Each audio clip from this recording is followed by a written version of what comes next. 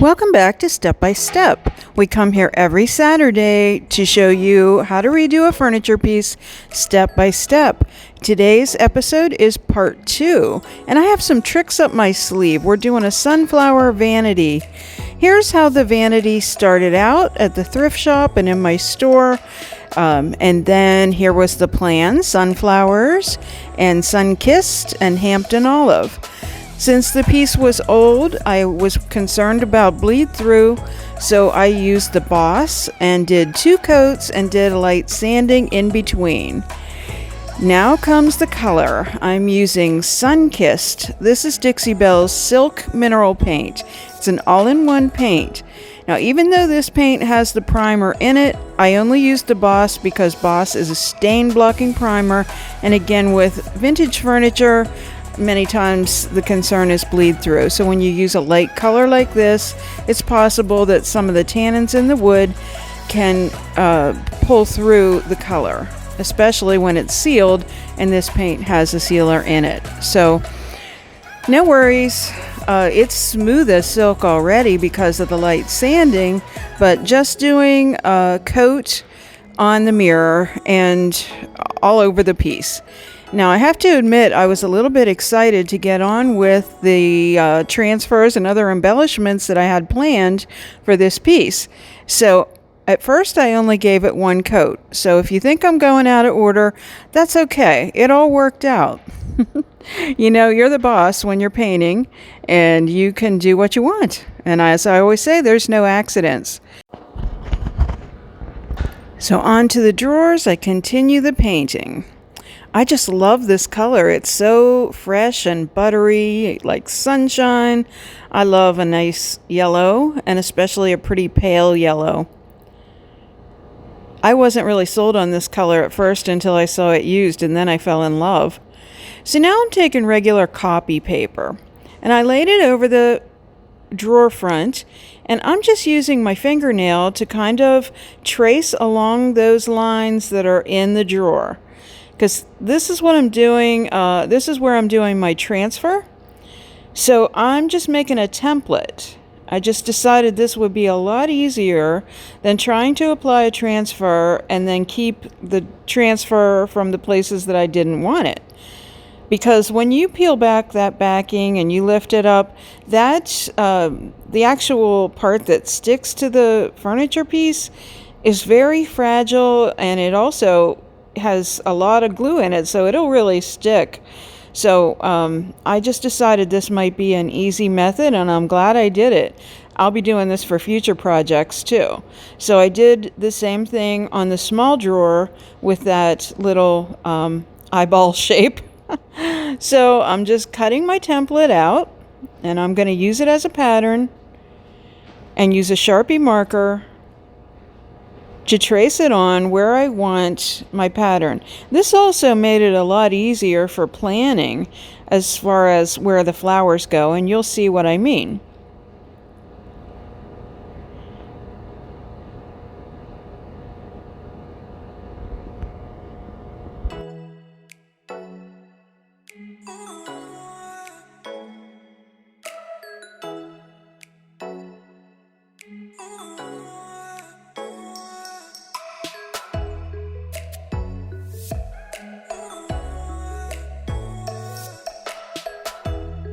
I knew I wanted to use some of those big bunches along the mirror.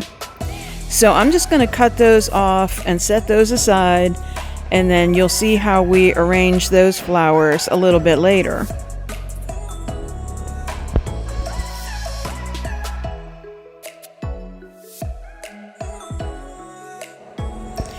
I did a little bit of planning. I decided which flowers I wanted in those openings, and I was actually able to get all 4 of those little openings on the small drawer out of this one motif. And don't ever throw away those scraps, even the little ones. You'll find you can use them in arrangements when you need a little color in an area, or I actually use them for jewelry too. So the possibilities are endless. Just use a paper clip and keep your little scraps together, and keep them in a folder, and then you'll have all kinds of resources for small projects.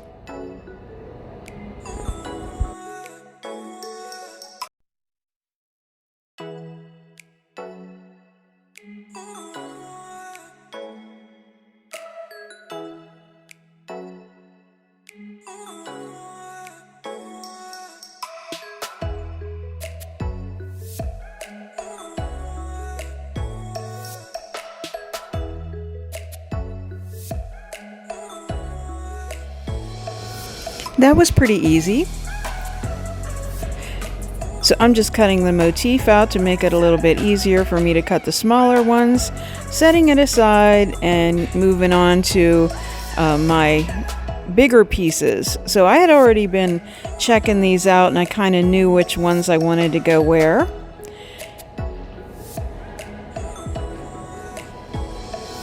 I wanted to keep this piece kind of simple, didn't want to go really over the top, yet I really wanted to put some of the bells and whistles on it. And that's what these transfers are in the Dixie Belle line. They're from the bells and whistles line. There's decoupage papers and transfers and silkscreen stencils and stencils. So I'm using a stencil in this project too a little bit later. It wasn't in the original plan, but you know how it goes. Sometimes your project ends up taking a turn of its own. So here I am fitting the bigger motifs on the mirror. I wanted them to go the whole way along. So I, first of all, put a crease in it so that I would have the right height. And then I tried to put a crease in where I wanted those side flowers to go because I wanted the taller ones to go where the thing went up, but instead I just cut around the flowers. So I'm just laying that there and planning out the rest of it. Again, creasing it to decrease the height of it. And again, don't throw those little scraps away. And you'll see how I use a little scrap in here between some of these motifs to fill in the background.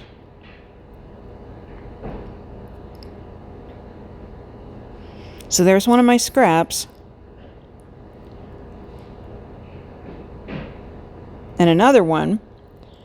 So if I layer that over there, you won't really see that those are pieced. So I pick another high one for the other side.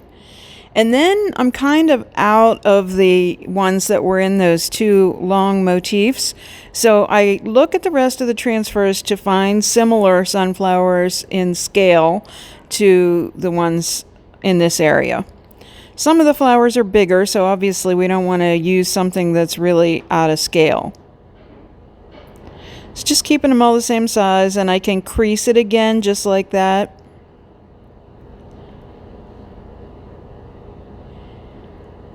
Just taking a couple extra minutes with this step so you can see how versatile these stamps really are. You don't have to just use them like they are represented on the package. So now it's time to add the transfers, and look how easy this is. I have that shape, so I can just lay it right on that shape, and boom.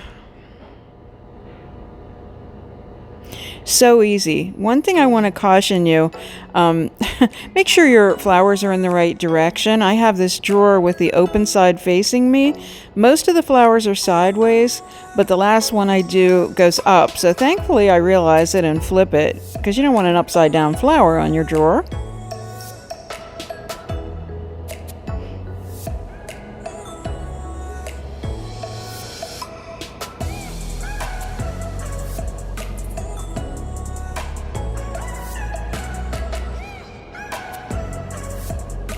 And on to the big one. See how much easier this makes it?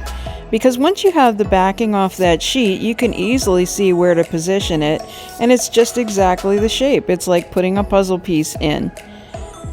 Way easier than trying to do it without. So I hope this tip helped you today.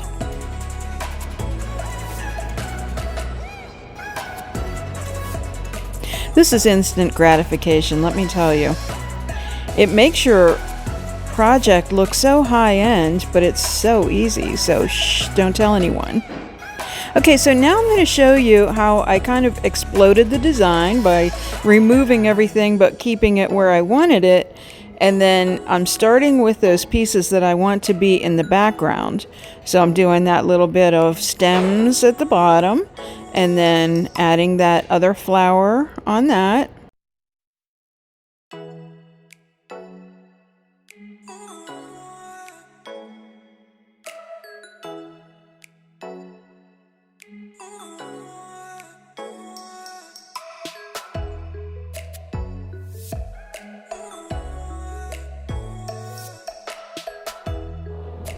And then I can begin to layer my other pieces over that one. And it just looks really natural. And you won't ever notice that that piece underneath has been pieced. See? Looks good. So even though this wasn't, an image on the package, you can create it however you like it. Okay, so that's how that part turned out. And with the mirror on top. So I'm just taking a little sanding sponge, just went over that once and just then wiped the dust off. I sometimes like to distress my transfers, but that wasn't really a distress. So it just kind of gets rid of the halo around them, although these ones were cut out, so that was another plus. It didn't have a halo. So now I'm using Hampton Olive in the silk, and I'm taking a detail brush. So I don't know whether you can see it, but in between those little eyeball shapes are little diamonds. So I'm just using the Hampton Olive and filling in the diamond shapes. Now remember, I did not put a second coat on this piece, so keep that in mind. I'm kind of giving my second coat after the fact, if you will. I don't know whether you will or not, but that's what I'm doing.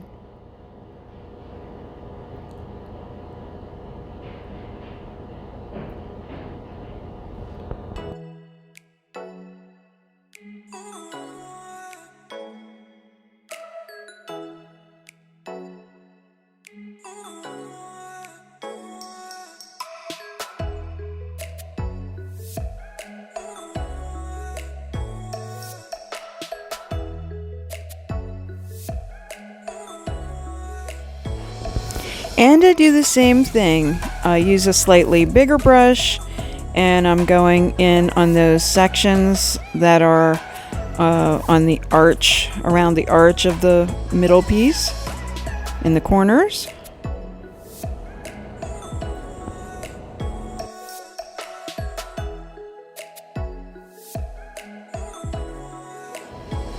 So my mother was ambidextrous, and apparently when I paint, I am too. I'm surprised that I can do that because I don't, have a really great result. But if I broke my right arm, I suppose I could write with my left arm because I can paint with it. So it's just weird, but mostly I'm right-handed. Now, I didn't plan on this originally, but I decided to do that piece at the bottom, and I'm glad I made that decision.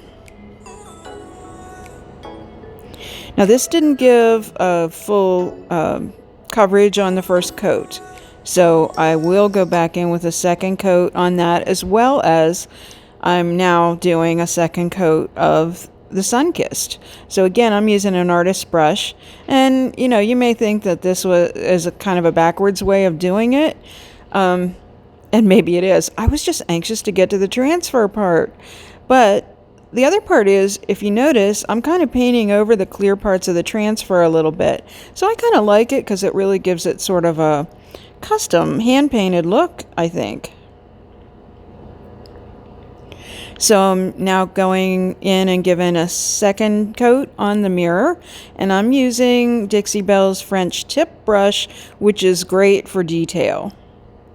And again, I'm going to be using a blade on the mirror.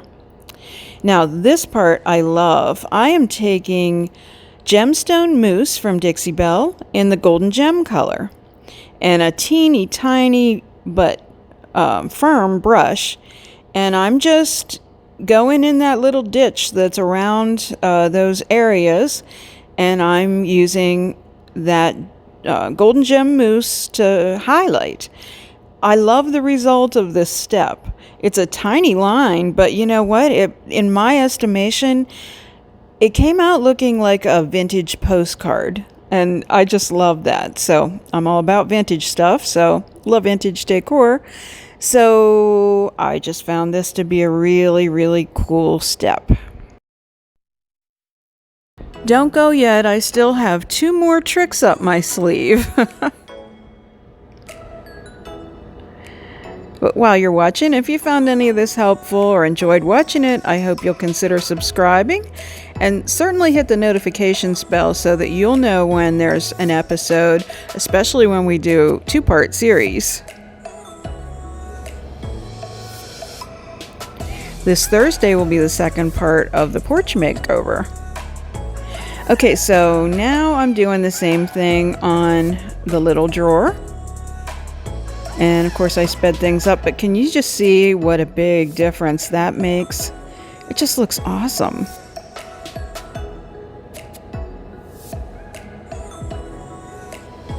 So, you know, there's inspiration everywhere. So think about postcards and things like that to give you a little bit of an idea of something to do. So now I'm taking that same mousse, the gemstone mousse, in the golden gem, and I am painting the hardware as well. This stuff is awesome. Look at the shine on that. And people often ask, does it stay on? Yes, it does. It has to cure, and then it just gets better and better.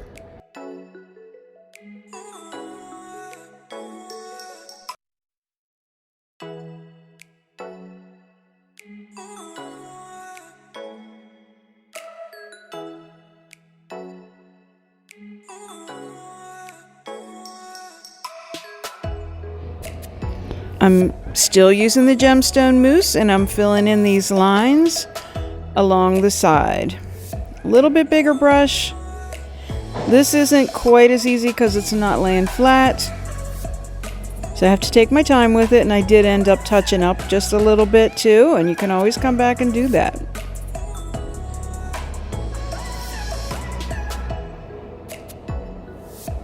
Okay, now there's another touch, and this was unplanned in the beginning, but I'm using silk Endless Shore, and I'm using the Royal Damask stencil from the Bells and Whistles line. And I'm just taking an old brush that's kind of stiff, and I'm doing kind of a distressed stencil here. So I'm just kind of randomly going over the stencil. It's not quite tone on tone, but the Endless Shore is almost a white color, and we're using it over that pale yellow sun-kissed color. So it's not a dramatic effect, but more of a subtle effect. So I end up going over it a couple times because the first time I peel up the stencil, I'm not seeing as much of it as I'd like to see it, so I just match up where I had gone, put it back down, and fill it back in some more. So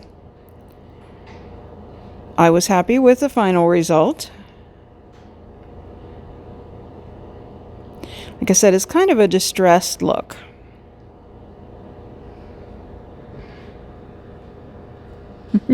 Back on again. I need some more.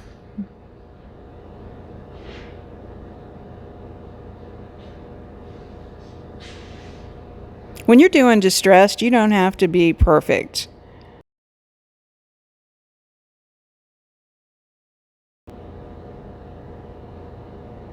Which is probably why I like this method.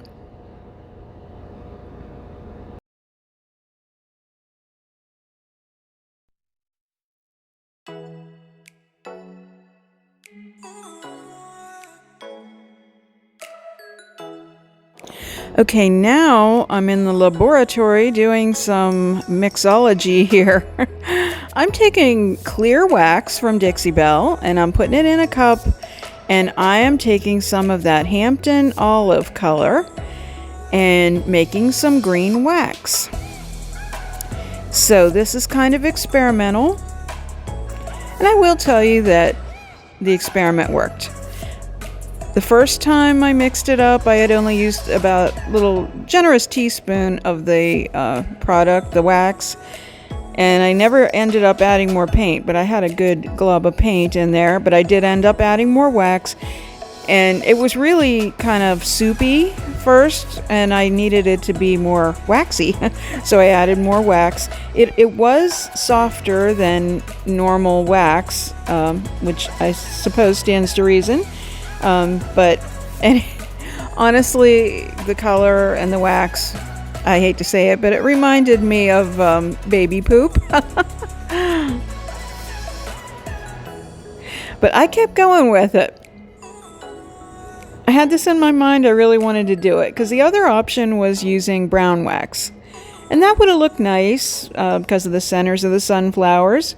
It would have been fine to do, but I really wanted to do this. Now remember that silk has a built-in sealer. So I don't use a clear wax first to float this wax. So I'm using Dixie Belle's La Petite brush, and I am just going over the detailed areas and the corners of the piece now. Now it's kind of a learning curve for me. It's taking me a little bit to get used to the fact that I just need to use more. I keep wiping back too much. It's different now that I see it on film than when I was doing it, when the project was right in front of me, which reminds me, I always tell people to get perspective on your own project.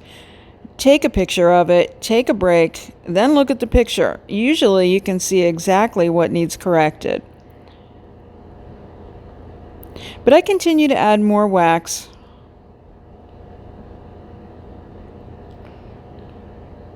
And I will go ahead and spoil the ending. It's a happy ending. It works pretty good. I like it. It feels good too. It just hardens up. Like, it was great to work with. I could wipe it back. Almost seemed like for an extended period of time. But then once it's set up, it's really nice. The softness remains, but the color's not going anywhere. You can't wipe back that color.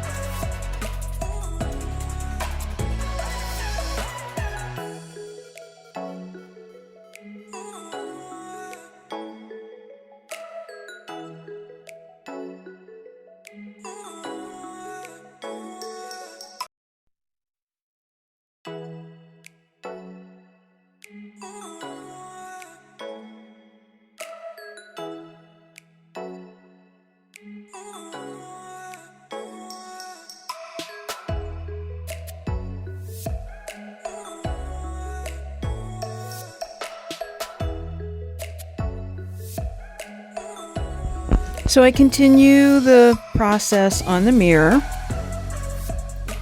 And you know, this ended up, it's a very subtle effect, and each piece looked super subtle, but you know, when it all ended in the end, it was very much the sum of its parts. All these little things that were not over the top that really added up and made a really nice piece.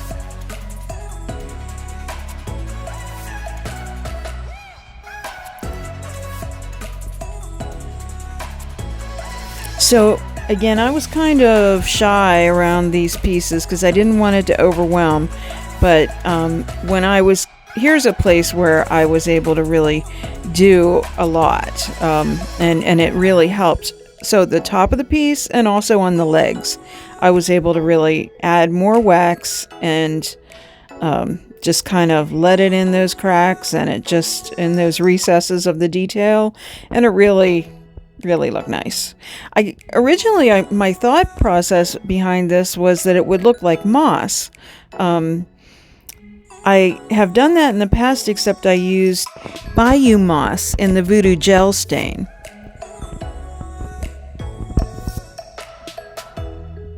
But I'm liking this a lot. So I continue the waxing. This is really the finishing touch, last detail of this piece.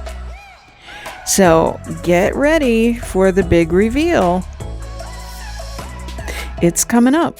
And really I used just about enough wax, or I made just about enough wax, exactly. I mean, there was a teeny tiny bit left over.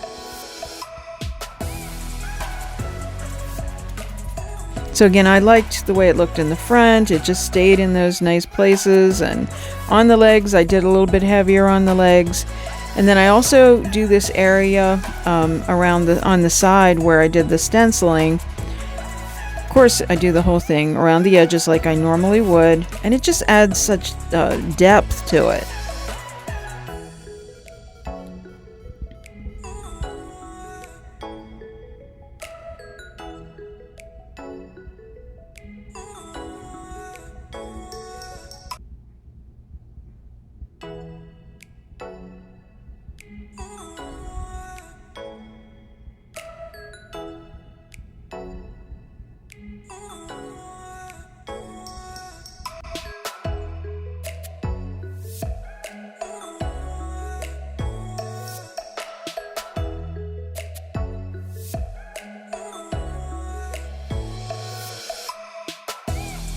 And another last thing I do is take some more of the Endless Shore in silk and just do a little stencil on the sides of the drawers. That's just an extra touch that just makes the piece so nice. And remember, we treated the inside with Big Mama's butter. That was in part 1. So if you missed part 1, you want to go back and check that out too. We're almost there. Get ready for the finished piece.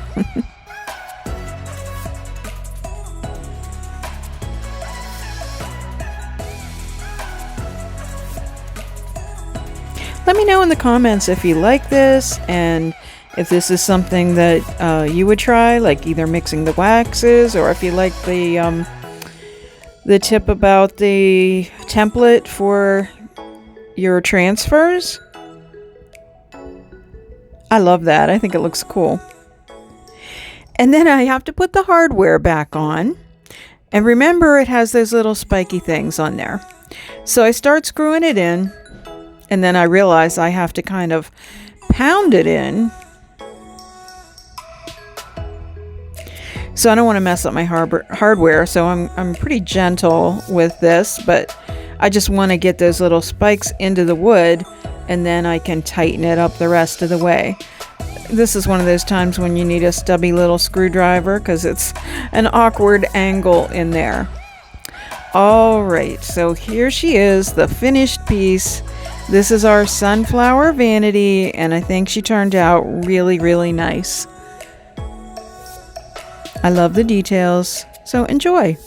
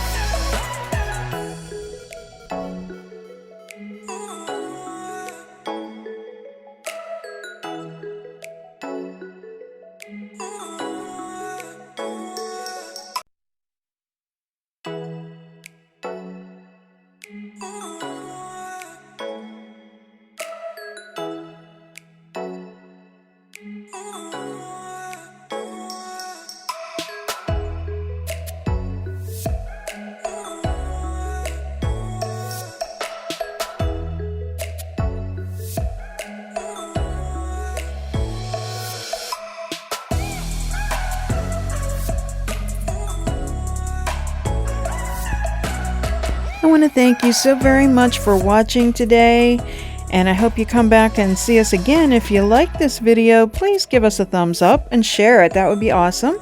And also subscribe to the channel if you would. And we'd like to see you back again. You can also visit at LiVintageDecor.company. And on Instagram, we're LiVintage Decor. And on Facebook, we're LiVintage Decor Altoona. Stay well.